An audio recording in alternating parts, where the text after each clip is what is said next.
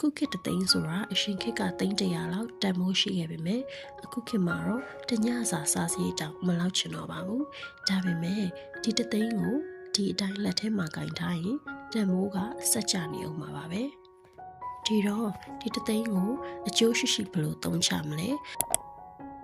လက်တွေ့ကျတဲ့နည်းလမ်း၃ခုကိုအသေးစိတ်ဆွေးနွေးကြည့်ရအောင်ပထမဆုံးနည်းလမ်းကတော့အရှာအဝယ်ပါငွေကိုပစ္စည်းပြောင်းပစ္စည်းကိုငွေပြန်လုပ်တာပါသိန်းနဲ့ဘာရောက်ရမလဲအခုခေတ်မှာ trend ဖြစ်နေတဲ့အစားအသောက်ဥပမာရှမ်းပြည်ကနေတိုက်ရိုက်မှာတဲ့လက်ဖက်ကော်ဖီစီဒါမှမဟုတ်အိမ်သုံးဆေးဝါးနဲ့လူသုံးကုန်ကိုလက်ကားစီနဲ့ယူပါဘယ်လိုလုပ်မလဲဆိုတော့ဆိုင်ဖွင့်စရာမလိုပါဘူး Facebook Marketplace ဒါမှမဟုတ်ကိုယ့်ရဲ့ personal account ကနေဆိုင်အောင်ပါ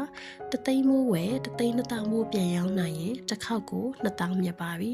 ဒါကို9ခေါက်လဲပတ်နိုင်ရင်ကိုယ့်ရဲ့အရှင်းက2ဆဖြစ်သွားပါပြီဒီကအချက်ကတော့ငွေကိုအငြိမ်မထားပါနဲ့လဲပတ်နေမှတန်မိုးရှိမှာပါ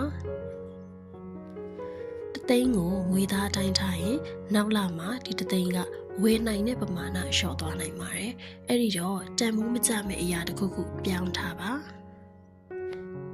သိန်းမိုးဆိုရင်ရွှေကအလေးချိန်အရင်နဲ့မယ်။ဒါပေမဲ့ပျက်စီးမသွားတဲ့အခြေခံစားတောက်ကုန်ဥပမာစီဆန်ကိုအိတ်လိုက်ဝယ်စုထားတာမျိုးကလည်းကိုယ်အိမ်စည်းကိုကာကွယ်ပေးသလိုဖြစ်တဲ့အတွက်တွယ်ဝိုက်တဲ့ရင်းနှီးမြှုပ်နှံမှုပါပဲ။နောက်ဆုံးတစ်ချက်ကတော့အခိုင်အမာဆုံးရင်းနှီးမြှုပ်နှံမှုပါလူတွေကသိန်းကိုပစ္စည်းတစ်ခုခုဝယ်ဖို့ပဲအရင်ဆုံးဦးစားပေးပြီးစဉ်းစားကြပါတယ်ဒါပေမဲ့ကိုရိုင်းရဲ့ခေါင်းထဲကိုပညာတွေထည့်ဖို့တော့မေ့နေတတ်ကြပါတယ်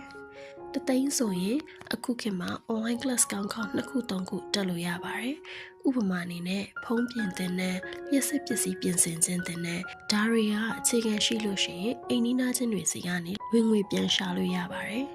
နောက်ထပ် graphic design, video editing သင်တန်းတွေကိုတက်ထားရင်လည်းဖုန်းတစ်လုံးရှိုံနဲ့လုပ်လို့ရတဲ့ပညာတွေဖြစ်ပါတယ်။သိန်းမိုးသင်တန်းတက်ပြီးတစ်လကိုပြန်ရှာနိုင်တာကအရင်ထက်အများကြီးပိုပါတယ်။ဘာသာစကားသင်တန်းတွေတက်ထားရဲဆိုရင်လည်းပိုကောင်းတဲ့အလုပ်ကိုင်ခွင့်လန်းတွေကသင်စီရောက်လာပါလိမ့်မယ်။အချုပ်ပြောရရင်တော့ငွေသိန်းဆိုတာအခုခေတ်မှာနည်းရဆိုပေမဲ့စတင်မှုအတွက်တော့လုံလောက်ပါတယ်အရေးကြီးဆုံးကငွေကိုငွေအတိုင်းမထားဖို့နဲ့ယုံကြည်ရခက်တဲ့နေရာတွေမှာတွားပြီးတော့မမြုပ်နှံဖို့ပါပဲ